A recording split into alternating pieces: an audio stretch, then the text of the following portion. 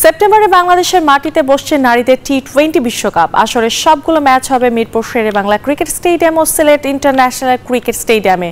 বিশ্বকাপকে সামনে রেখে সংস্কারের পাশাপাশি স্টেডিয়ামে প্রায় 3 কোটি টাকার চেয়ার বসাচ্ছে বিসিবি। হোম অফ ক্রিকেট খ্যাত মিরপুর শেরেবাংলা জাতীয় ক্রিকেট স্টেডিয়ামের গ্যালারিতে বিভিন্ন অংশের চেয়ার লম্বা সময় ধরে ব্যবহারের অনুপযোগী হয়ে পড়েছিল। বিপিএল এর আগে চেয়ার পুনঃস্থাপনের কথা থাকলেও পূর্ণাঙ্গভাবে সেটি হয়নি। অবশেষে চেয়ার বসানোর কাজ শুরু করেছে বিসিবি।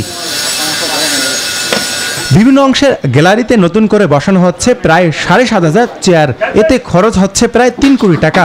সবশেষ বোর্ড মিটিংয়েও নতুন চেয়ার বসানোর অনুমোদন দেয় বিসিবি। ওয়ালটন ফ্রিজ কিনে অনেকের মতো আপনিও হয়ে যেতে পারেন মিলেনিয়াল। সেরা পণ্যের সেরা অফার। চেয়ারগুলোর মধ্যে 7,000 ফোল্ডিং। প্রতিটি ফোল্ডিং চেয়ারের দাম পড়েছে 3,830 টাকা।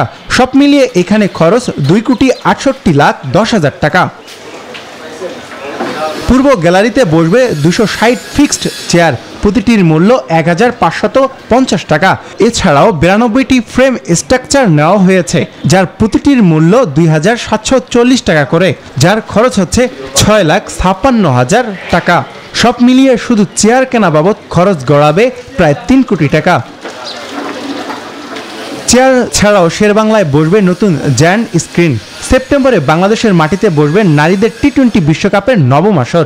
মূলত বিশ্বকাপকে সামনে রেখেই ভেন্যু সংস্কারের কাজ করবে বিসিবি। আসমাউল মুত্তাকিন, নিউজ 24, ঢাকা।